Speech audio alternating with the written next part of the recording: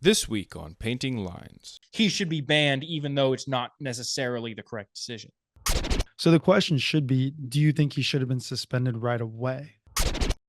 Welcome to the Painting Lines podcast, your one-stop shop for all things tennis. Join Erik and Aidan in their discussion for updates on news and pop culture, and from hot takes to betting, they've got you covered. Ready? Play.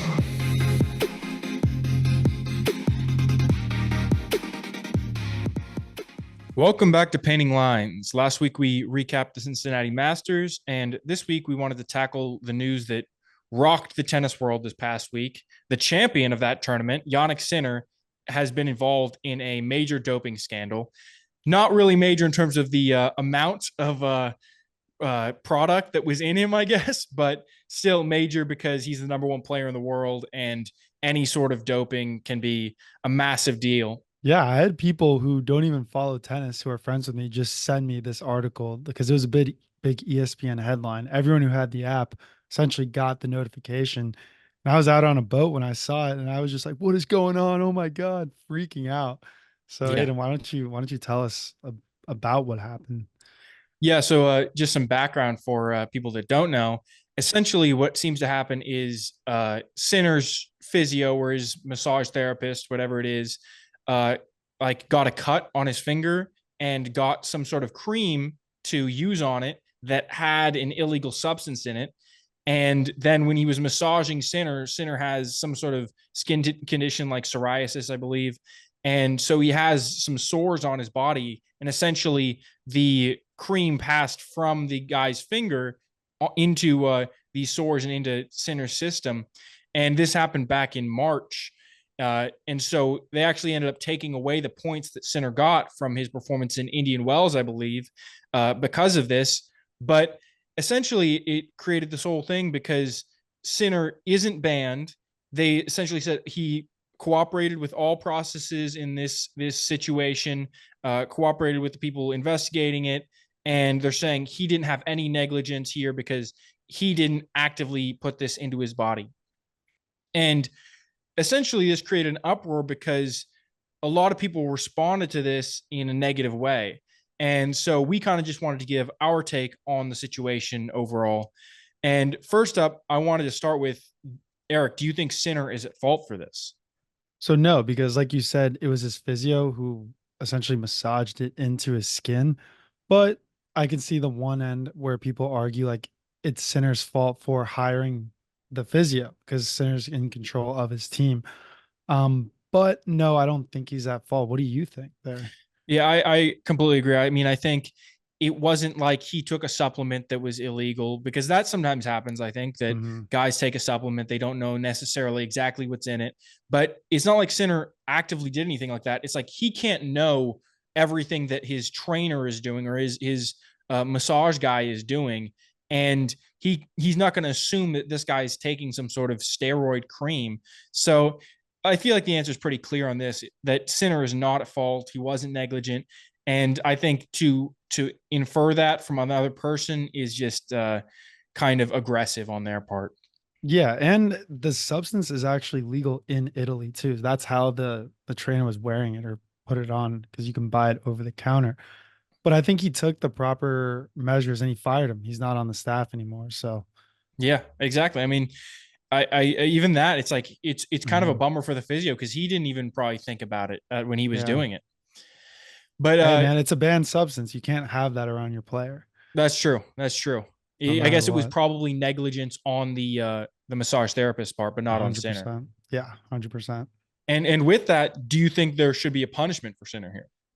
I think there was a punishment. You said they took away his ranking points from Indian Wells. They also took away his prize money too. It's 325,000. So that's Yeah. a pretty robust punishment for something that wasn't really his fault, and he took the punishment. So he's not appealing the punishment or anything. He's accepting it, right? So Yeah. So you like because I feel like some people think that the punishment should have been more severe than that even. yeah, a lot of people think right when it happened, it should have been public knowledge. It should have been disclosed, and he should have immediately been suspended. That's where it gets kind of iffy that they kind of, because of his status, did this all in the background. Like this was all going on the whole investigation without him being suspended. So the question should be, do you think he should have been suspended right away? Yeah. And personally, what do you think? Well, I think that this is just how the process goes. I don't think this was a Sinner specific thing. I'm pretty sure it's all blind testing where people don't know whose system they're going through and where they're getting these samples from. And I think it's pretty much standard practice that this is how it goes. So I don't think it really should be changed in that matter. And I think the punishment was fair. Like you said, he got the prize money and the points taken away from that. Honestly, with this small of an amount, I don't really feel like it should even have come to that, but I understand why they did that because they have to do something about it.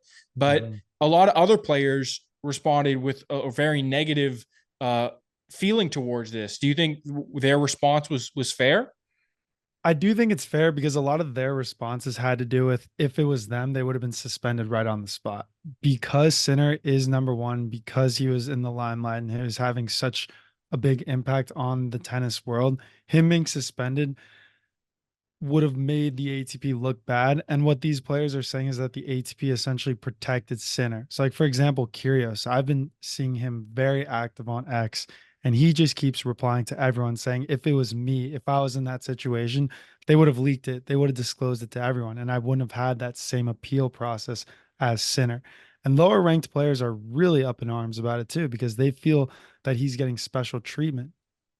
Yeah, well, I mean, here's the thing. Like we've seen players get banned in the past that are massive players, right? Like Agassi, for example. I mean, obviously his thing was much more severe. But what I'm saying is this is like I feel like these players are looking at it as like a two wrongs make a right sort of situation where they're saying, hey, if it was me, they would have done this. Oh, if it was another player, they would have done this. But I feel like that's not the right perspective to take. They need to look at it. If it was you, if it was you that had this thing happen to them, do you think it would be fair for you to get banned? I feel like most of these players would say no. They would Mhm. say, "Hey, I didn't choose to have my massage therapist take this. I wasn't negligent. Why is this my fault?" That's what they should be saying. I feel like they should be looking at this and being like, this was the correct decision. Now, can you make sure that this correct decision applies to every player? Rather Yeah. than saying, hey, oh, he gets the right decision because he's the best player in the world. Why doesn't the right decision apply to everyone? Like, that's really the line I feel like they should be taking rather than he should be banned, even though it's not necessarily the correct decision. Yeah, I don't know the nitty-gritty between the ATP and the WTA, but there is kind of a precedent on this. Simona Halep had same situation. I don't think it was intentional that she took this illegal substance, but she did suffered a huge ban. They did an investigation. She was suspended, but it came out that she was unknowingly taking it, and she still got hit with a 9 month suspension, and that was after it was reduced. So if you were to take that precedence, then you would say that Sinner should have been suspended right on the spot, right when there was an illegal substance or a banned substance found in his drug test. That's kind of what players are alluding at. They're saying that because Sinner is um, at the top of his game, he kind of was able to get this figured out in the background and still play tournaments. And players, like what you were saying, I think they're not looking at it as a collective, like, oh, if I was in that position, they're looking at it like a Sinner versus everybody else. They're kind of upset that he got this quote unquote special treatment. Yeah. Um, I so what mean, do you think about the precedent though? to Like, me, I don't know if that should be I don't know if compared or if not it because it's different tours, right? not even that it's different tours. Like it sounds like what with the Halep situation. I'm not very familiar with that. Hmm. I regret to say I'm not super caught up on the WCA tour overall, but Hmm. it sounds like what you were saying is she was taking something, correct? Yes. So if she was taking a supplement, I feel like that falls under the negligence category. Hmm. It's like you didn't know what you were taking. Yeah, it's not like you were intentionally taking it, but you were a little bit negligent on, oh, I wasn't 100% sure what I was taking and had this topic and I should have, or this, not this topic, this uh, substance in it. And I should have known that that was in there. Sinner wasn't taking anything.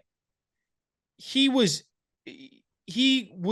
had no idea that his massage therapist was using this thing.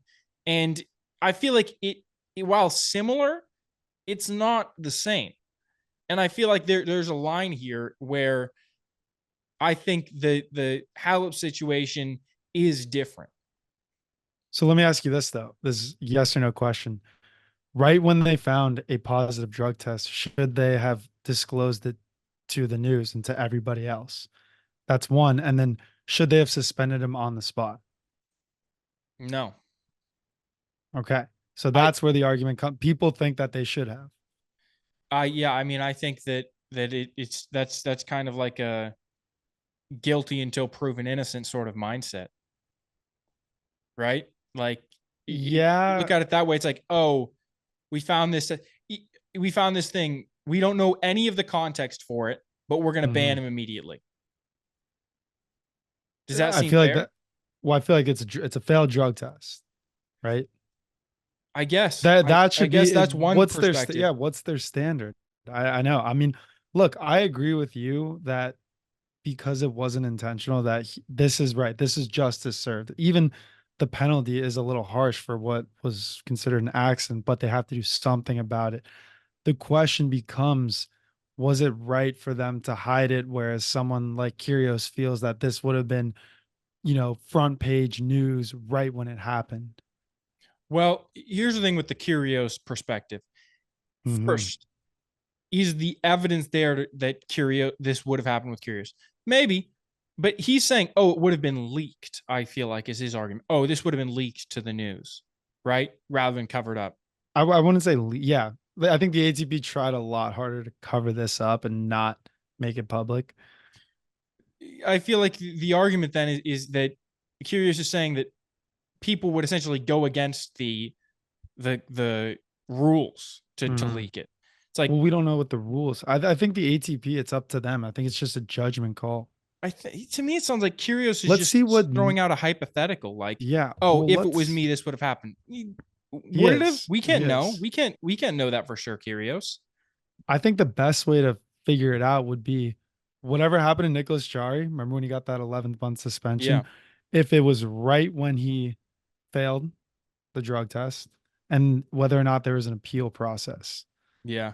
I mean, right? Because I feel like that's a good case study. Yeah. I mean, I do know that like with Jensen Brooksby, he I think missed tests and he got banned on the spot, and he had issues with the appeal process there too.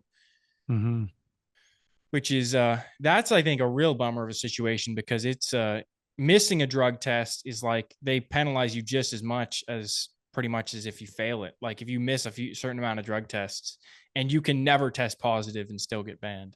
Yeah. But it's all a very sticky situation. Oh yeah, I know. Even Shapovalov was very vocal on X too. His tweet says different rules for different players. So you're seeing it, you're starting to see a trend with who's up in arms about it, right? Yeah, I just feel like all of these things are, like I said, they're taking a two wrongs make a right perspective. It's like, so Shapovalov, if this was you think it would have been fair for you to be banned on the spot because your massage therapist massaged you with a cream that was illegal? Is that what your perspective is really? You think that would have been fair to you? I don't think so. Yeah. I mean, all right, here's a quote by Chris Everett. I do think that they protect top players. By protecting, they're going to keep the secret for a couple months. They're going to keep certain things secret if you're a top player because they don't want the press. The player doesn't want the press. It's all going to come in 3 months anyway. So she basically thinks that Chris Everett basically thinks that there was some kind of protection there, more than you were like Joe Schmo, who's ranked 400th in the world. And you see that with Brooksby, with Yimmer, like other people that have tested positive before. But yeah, maybe. I mean, I feel like I don't know if it's hard to say on that because we obviously don't work for the ATP. Yeah, so we can't tell you whether they're covering it up or whether I they're know. revealing it for other players earlier. Yeah, but we'll keep the updates coming. I can tell you one player is probably pretty happy about this, and I think it's Jack Draper because he was public enemy number one last week, and now this happened with Sinner. So everyone just immediately forgot about that and is now worried about Exactly. Sinner. Sweeps Like it under the Sinner's the rug. new, yeah, bad guy on tour. 100%. 100%. I was listening to Served and it was so funny because Andy Roddick was telling a story how he just passed Jack Draper in the locker room and he was just got done shitting on how he like buried it into the ground and was a cheater and all this. And then he goes, Jack's like, "Hey mate, what's up?" And then Andy's like, "Oh, guess he's not a listener." Thank God. Yeah. He's like, he was pretty nice to me, so he definitely didn't listen to the podcast. Yeah, I think it's we got a little bit of a immunity for that. We don't necessarily interact with the players. We can go attack anybody with immunity. I, I know, right? I know, right? Um, But should we move on? yeah, sounds good. Sounds All good. right. In other news, I was telling you my news of the week last week was Kyrgios coming back and playing the UTS match against Casper Ruud. Well, he kicked his ass. He beat him in 2 sets. And what I thought was pretty funny was Casper Ruud just won his first round in the US Open, and Kyrgios commented. Kyrgios is so active on X. So he tweeted, he replied, he's like, "Hey, you looked good out there, mate." And then Casper Ruud replied to him saying, "Thanks for the lesson last week. I couldn't have done it without you." So it's Yeah. good to see those two kind of interacting like that. Not sure if it was Kyrgios being a dick, but I think it was in good spirit. Yeah, I mean, I feel like Kyrgios is just constantly just throwing out shots, and he does it so often it kind of just Mm. becomes a joke.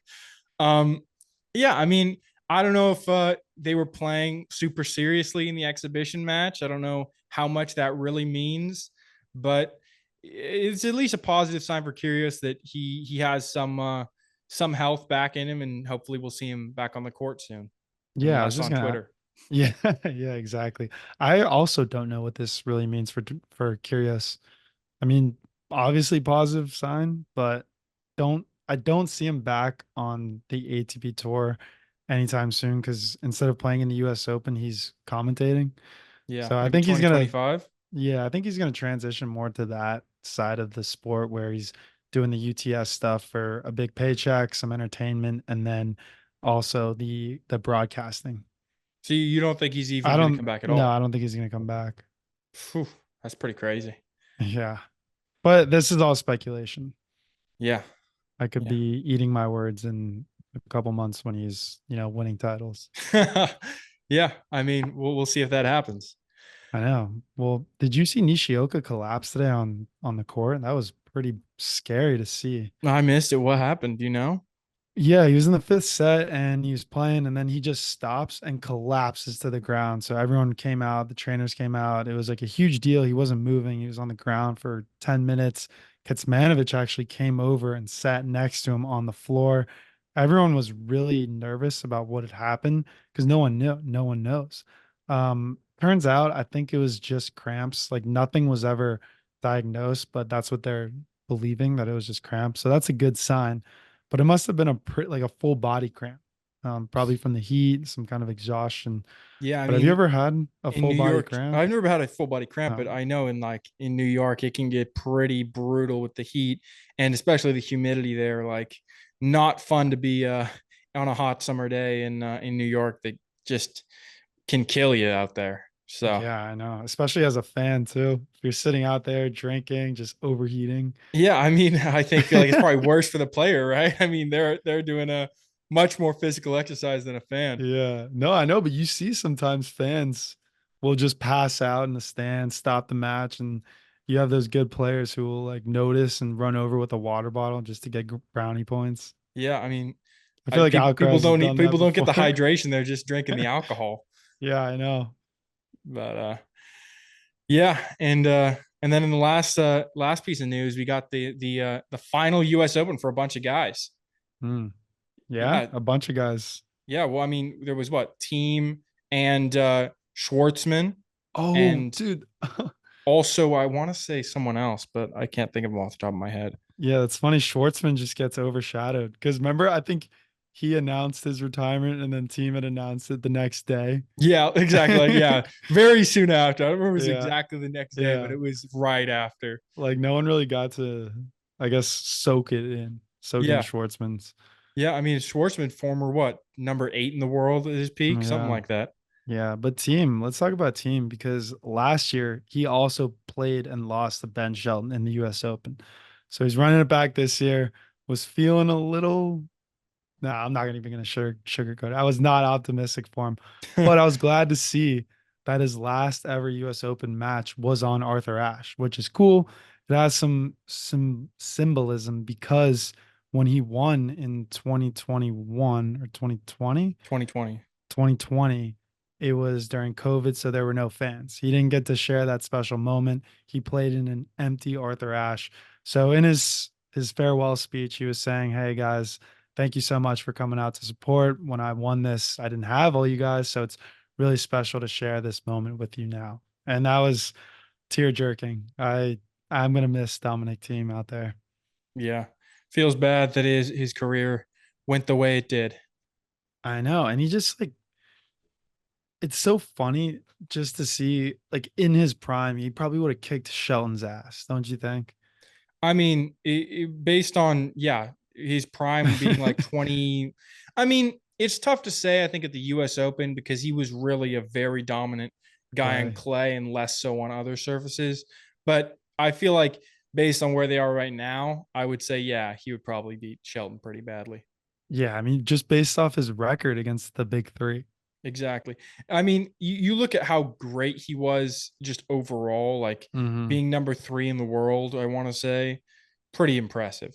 Yeah, for those of you who haven't listened yet, we did a special on Dominic Thiem a few months ago when he announced his retirement. So highly recommend you check that out. There's a lot of good stuff in there. 100%. 100%. Alrighty, you ready to hop into segments? Yeah, let's do it. What is new in tennis? So what I saw this week is actually from the Winston-Salem tournament. So Alex Michelsen made the final, really impressive run for him, but he came up against Lorenzo Sonego and was getting beaten pretty badly.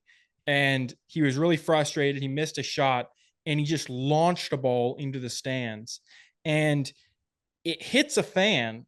And there was a controversial decision that he was not defaulted. And so a lot of people were actually comparing it to when Djokovic got defaulted at the, like you were just speaking of, 2020 US Open, where Mm-hmm. Djokovic lost, I think, the first set against, I want to say it was either Pablo Carreno Busta or Bautista Agut. Um, Yeah. and he lost the first set and he hit a ball and it hit the line judge and he ended up getting defaulted. And in my opinion, if you look at these two situations, I think the opposite decisions should have been made, to be honest. I think in Djokovic's situation, he didn't hit the ball very hard. It was like it was unlucky that it happened to hit the umpire. And I don't think the umpire was really injured. I think it was more of those one of those situations where like you get hit by something that you're not expecting. And so it hurts Mm-hmm. because you weren't expecting it. But the ball wasn't hit very hard. I'm sure they were fine the next day. Whereas Mickelsen's, he launched this ball. It was a line drive into the Oh. crowd. It's like it was pretty obvious it was going to hit someone because if you look at someone like Nishioka when he hit that ball last week and Mm-hmm. he launched it into the crowd, but he launched it upward. So Yeah. by the time the ball falls into the crowd, even if it hits someone, it's not going to kill them. Mm-hmm. Versus Mickelsen launches this ball, it could have seriously hurt someone. And it's very different because I feel like when you launch it like that, straight line, he probably should have been defaulted. Djokovic, I don't think so. Yeah, that is a good point you bring up. I think even let me gather my thoughts. I think because of the fact it was a lines judge automatic default, so I think they value the the line judges, the referees, the umpires more than fans, right? Based off this. And I then even guess. Tsitsipas in Wimbledon when he launched one in the crowd, it didn't hit anyone, but he also line drived it when he was playing Kyrgios and he was frustrated.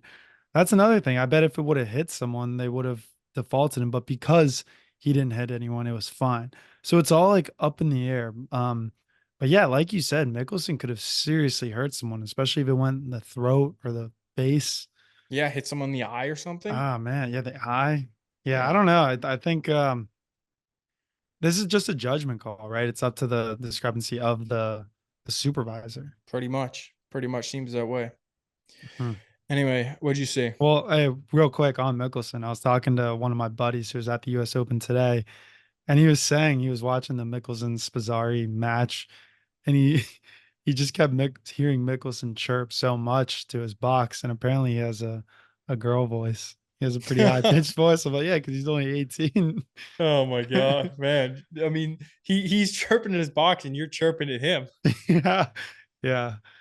Yeah, this week I saw something pretty interesting. So Ben Rothenberg, who was the author who wrote that complete slam piece on Zverev a couple years ago that basically sparked this investigation, he is reconsidering his career as a journalist. So there's an article that came out today in the Washington Post basically saying that this guy has been suffering the consequences of this article ever since 2021. Zverev is suing him, and Rack and Mag, the publisher, stopped backing him. So before they were funding this legal battle, and they finally decided we're not doing this anymore. So he's getting caught up with that. And honestly, he's just kind of like I don't know where he's gonna go from here. I feel like he's kind of getting blackballed from all the other big media sites because they don't really want anything to do with him. And I personally, I don't want to say what I feel, but I think if you're gonna make your bed, you gotta lay in it. Suffer the consequences. I mean, in my Because opinion, I think it's always a risk to throw out accusations like that. And it's he threw out accusations that were based on uh someone's testimony, but weren't necessarily confirmed in a court. yes, And yes, the media is powerful, and libel or it's libel if it's written, right? hmm Yeah, so like libel against someone. I mean, we saw what happened in the whole famous Johnny Depp trial, right? Like yeah, yeah, it's it's a big deal. And I think that it's on him. He like you said, he has to deal with the consequences of his actions. yeah. I was gonna say, like, I respect the investigative journalism, like he's trying to break a story, but he it's totally one sided. He didn't get any other quotes or information other than the person he interviewed. But Yeah. anyway, yeah, I don't want to stick on this too much because it is kind of a sensitive topic. But how Yeah. about bet of the week? Yeah, so bet of the week. I'm going with Shevchenko plus 450 over love Tiafo. love Shevchenko. I think what happens here is Tiafo kind of overlooks him and then gets burned, because I think Tiafo has some confidence right now. I mean, he made the final in Cincinnati and he's feeling good. And I think what's going to happen is he's going to come into this match and he's going to be already looking to the next round and think he has Shevchenko in the bag. And Shevchenko is going to come out aggressive, have nothing to lose. And I'm just not fully convinced with Tiafoe's consistency yet. Plus, some pretty juicy odds at plus 450. Yeah, I think he is riding high on confidence because he was asked which American, and this is so funny how journalists will ask bullshit questions like this. Like you're gonna ask a player, "Oh, you and all the other Americans, who do you think has the best chance of going far, winning the U.S. Open?" And he goes, "Me."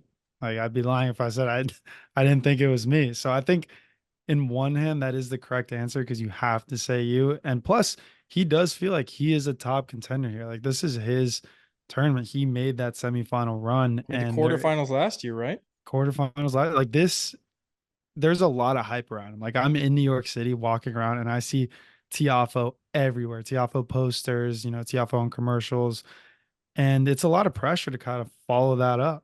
And you know, Shevchenko is a fiery guy. I think he's a scrappy player. He's someone that could get under your skin. And it's going to be up to Francis to see how he can react. Like if he's facing adversity in this match, how he's going to handle it. 100%. 100%. What about you? Who are you going with? I'm also taking a lopsided bet here. I'm taking Rinderknecht plus 425 over Rublev. So Rublev has just been so volatile these days. I feel like if I see plus 425 over Rublev, I'm gonna take it. Like you said, it's just juicy odds. And they've played before, Rinderknecht and Rublev. Rublev did beat him in Washington not too long ago, but I feel like Rinderknecht can use that to his advantage because he has the match broken down. He can look at it, he can see what he did wrong. He can essentially game plan for this match. And I feel like when you win, like Rublev did, you tend to not go back on matches and break them down and see like, oh, what could I have done better? I feel like it's when you lose and you're playing an opponent again, you can kind of go back and say like, okay, what can I do that I didn't do last time and where are his weaknesses? So how do I attack that? So I think he's got a little bit of that component. Hopefully he does it, but you just can't pass up the plus 425 against someone who's so up and down like Rublev. And because he's been doing well, but I feel like he's up and down. So I feel like this might be the downswing. Yeah. I agree. I mean, he's very volatile. It seems like we're kind of going for essentially the same type of bet. Massive underdog against a guy that's consistency is in question. Yeah, massive underdog that we feel like shouldn't really be a massive underdog. Exactly. What Well, about match of the week? hopefully they cash out. Yeah, 100%. 100%. Maybe if they go up a set, we just Yeah. take a bet. Yeah, I know. What about match of the week? How you feeling on that one? Match of the week, I picked one today. It was a first round US Open. I took Kakanakis beating Tsitsipas. And while this was just kind of a routine match, I picked it as my match of the week because this was big for Kakanakis. It was only his second career win at a US Open. And it's a big win for him because he takes down Steph, who's ranked number 11. And he actually lost to him back in Australia a few years ago in a pretty tough five setter. So this is kind of his revenge, brings the head to head to 1-1. And Kokonakis just didn't give up. So he won the first set. Steph came back, won the second. And this is actually funny. I was thinking about throwing on Steph after he lost the first set. I'm glad I didn't because he still had negative odds. And I wasn't going to take Steph with negative odds, but he just didn't give up. He lost the second set. He came back, he fought, and his serve came in so clutch whenever he needed it. Like say he was down 15-40 and he was serving, he would bring it back to 40-40, play a long deuce. In these sets, Steph was having such easy service games, and then Kokonakis was having a tough time hold his serve. And I feel like when that happens, that starts to wear down on you, but he didn't let it get to him. He also had the energy of the crowd behind him, which I love to see. Like, granted, I didn't get to watch this match with volume because I was sitting in an office, but I had the subtitles on. You can just like kind of feel the energy of it. He was really into it. I watched the press conference. He said it helped. And this is kind of embarrassing, but he fell to the ground. Like he collapsed after the win. A first round win of Grand Slam. I don't know, but it shows how special the moment was to him. 100%. I mean, I think that's kind of the situation here is like it doesn't necessarily matter. Like everybody has a different level of like what is a big win because for Kokonakis, he's only won one other US Open match, right? Yeah. So winning in the first round is a big deal for him. For Tsitsipas, it's not as big of a deal, so he's not going to collapse. But I kind of get why he did it. It was a massive win over a much higher ranked opponent, and he was it's a big win for him in his career overall. Yeah, I feel like he's got to be riding so high right now because he's in New York. He just won his first round. He's probably got a couple days till his next match. So he's gonna eat some nice dinner, enjoy the city because he's not expected to win the tournament. Like 100%. he's on borrowed time right now. Exactly, exactly. What about your match of the week? I went with Shang defeating Bublik. He won in 5 sets, 6-4, 3-6, 5-7, 6-3, 6-4. Honestly, great comeback win from Shang.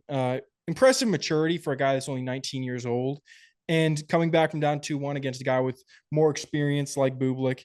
And I also thought it was an interesting kind of style comparison. Shang is a lefty and he has a very like composed, like fundamental game. clean strokes, nice looking shots in general. Whereas Bublik, as we know, a little bit more funky and unorthodox. And so there were a lot of little moments where this matchup kind of could have gone either way. Like, I think there were little momentum swings. For example, in the fourth set, Shang went up big. He was up 5-1, had a set point serving, but he didn't end up converting it. But then at 5-3, he ended up serving it out. And I think even then, like when you're up 5-1, you're up a couple breaks, you can still lose momentum in the match by losing a set point like that. And he could have gotten rattled and Bublik could have come back into it, but was able to stay composed. And I think it was just a great job for him to do that and come back to win this match. Any trick shots, underarm serves on Bublik's part? Yeah, I mean, I didn't watch every single point in the match, so I couldn't tell you on those ones. But yeah, whenever he does it, it's definitely gets the crowd involved. Yeah, it's fun to watch. I've seen him, I think, yeah, it was last year against JJ Wolf. So you got JJ Wolf doing the like between the leg, you know, how when players bounce the ball before they serve. He and Shapo like to do it between their legs, like they're dribbling a basketball. And then you have Bublik on the other side who's underarm serving. So there's just a lot going on there. Fun to watch. 100%. All right, and that's the show. If you're not already subscribed, go ahead and hit that subscribe button. You can find us on Instagram, TikTok, YouTube at Painting Lines Podcast. Feel free to shoot us a DM or email us any questions or thoughts at paintinglinespodcast@gmail.com.